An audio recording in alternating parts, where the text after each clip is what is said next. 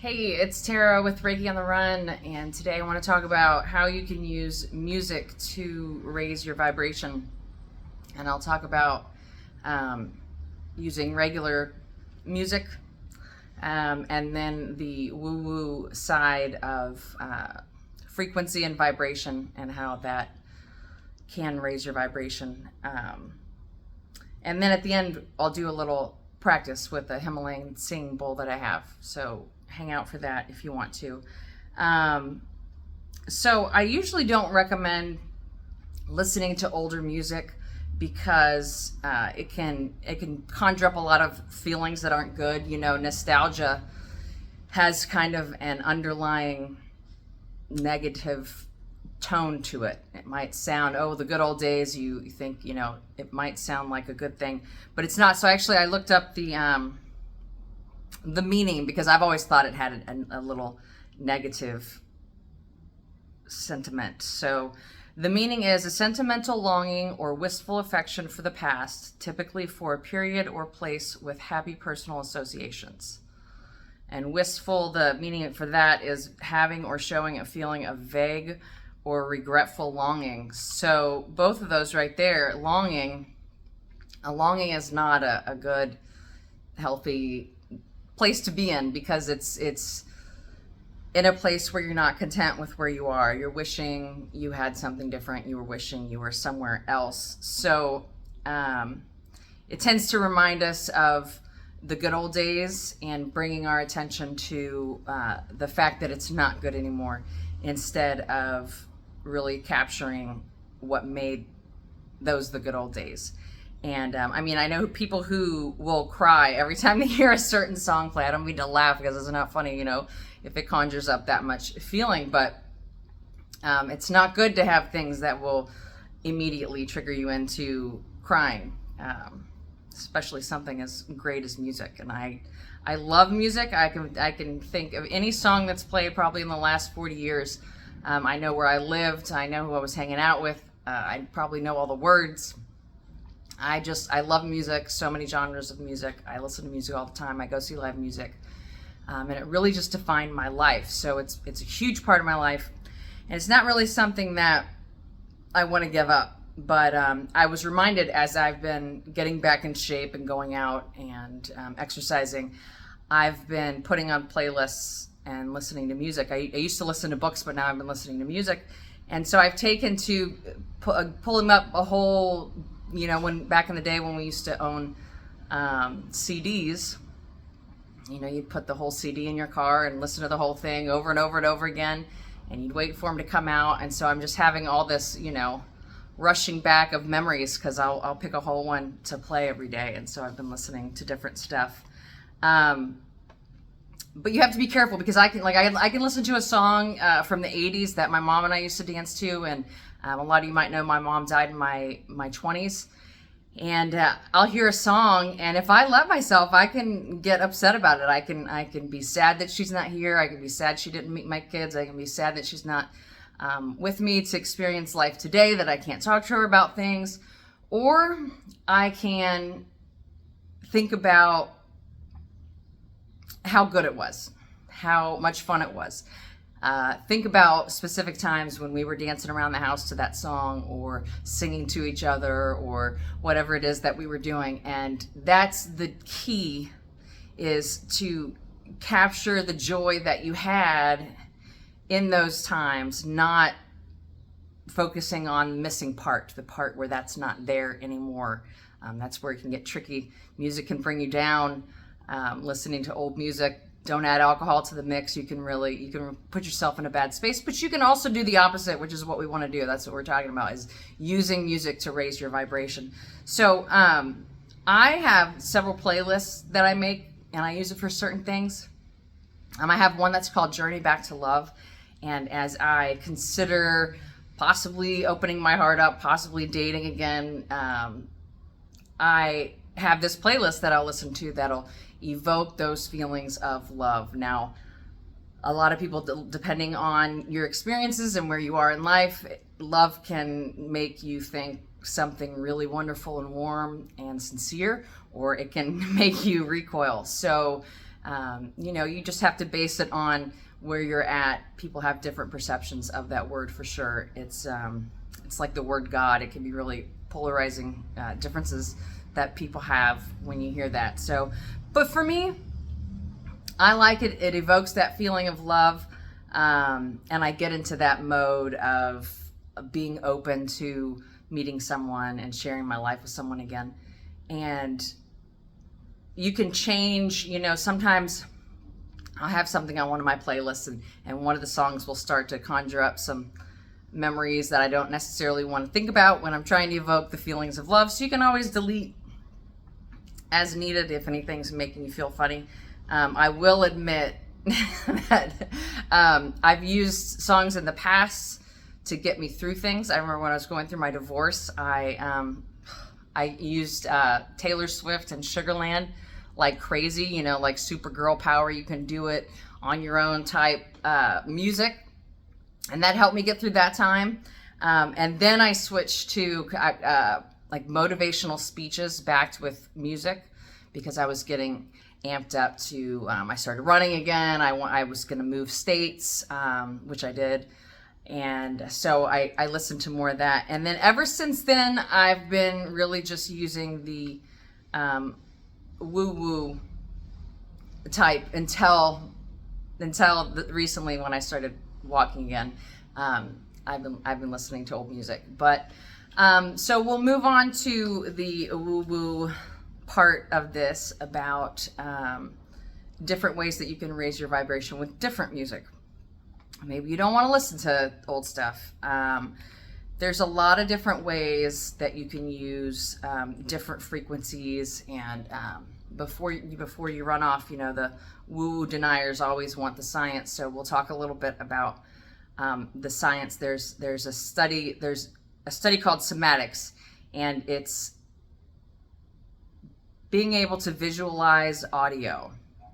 So like they do this experiment where they put sand on a metal plate, and when the certain frequencies go, the sand will automatically move into these coherent, intricate patterns depending on the frequency, and it'll move if you have the sand all over the plate, it'll move into these intricate patterns, and it's quite amazing.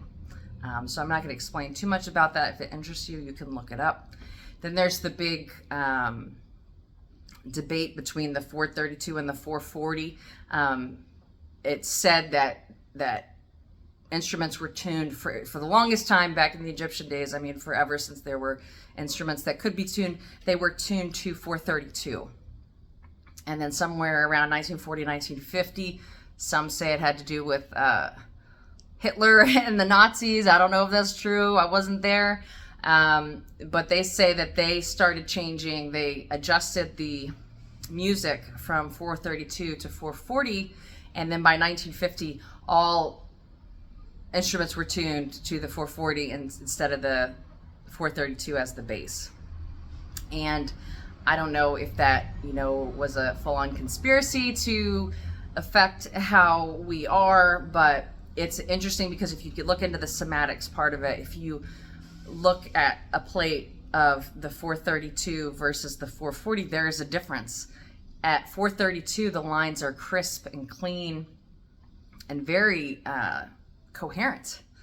And then if you switch to the 440, you have the same bass shapes, but everything is distorted a little, which to me is really interesting, and it does that with water. And if you understand what that would do to our cells, what that, we're vibrational beings, and what that would do to us to have this slight distortion, and if you switch to frequencies that don't, and there's lots of them, you can go look into that. You can look at, there's all sorts of frequencies for different things, 528, I think there's 532, there's tons of them that are for certain things. I don't know what they're all for. Any of them will do that are coherent. You just want something that's gonna tune you the right way, and you think, how does that even work? But if you look at like a tuning fork, if you strike the right coherent frequency, it pulls the other one into coherence. So I would assume it's the same, and I practice and use music, and it is, and it does, and it can raise your frequency. It can make you more coherent when you think of what your body's made of. Anyway, I don't want to go too far into that, but it's really interesting if you want to look into it. So there are lots of things that I'll listen to. If I'm working, I'll listen to, or if I'm being creative or writing or just trying to study or be creative and retain things, I'll listen to like classical music with a background of 528 or 532, whatever it is I happen to want to listen to. There's music that is made with intention. That's also a big thing. There's a lot of people that I listen to, like Mike Love and Trevor Hall and those guys, and a lot goes into, a lot's to be said for intention. When someone's writing a song and their intention is to bring healing and to wake people up and bring understanding, and that you can feel that when that's what you're open to and that's what you're listening to, as opposed to, maybe sometimes, country songs will be, oh, my wife left, she took the dog, my truck broke down, just sad stuff. And when you listen to some of this other music that's made with the intention to bring you up, to make you feel better, to raise your vibration, that can be, that can work, which is what I do. So I'm going to put a bunch of links down below of playlists that I have that are in this woo-woo side, that stuff you can just leave in the background. You don't have to do anything, just have it going and it will shift you. Speaking of shifting, if you haven't checked out my workbooks, I have lots of 6-week shift books on different topics. I'm working right now on physical illness. That'll be the next one, but I have one on money, on relationships, on general well-being, sexual healing, all kinds of stuff.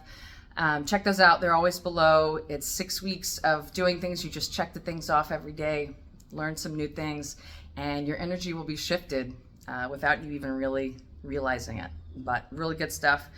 So I'm going to do a little practice with my Himalayan singing bowl. So if you'll just get comfortable and take a few deep breaths, maybe 3 nice deep breaths, and then go back to your regular breathing. And close your eyes and take note of how you feel before we start. What hurts, if anything doesn't feel well, if you feel agitated, all those things. And so I'll be using this, which was hand pounded from India. Very nice. I took a class with some folks that had studied in India, and this came from there. So take some deep breaths and close your eyes, and we'll just hit this a couple times and see if we can note the difference.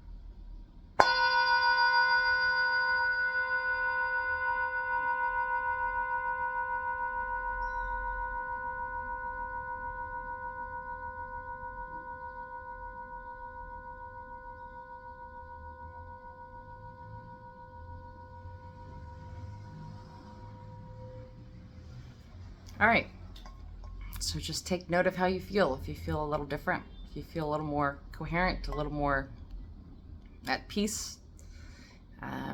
It's amazing what music and sound and frequency and vibration can do.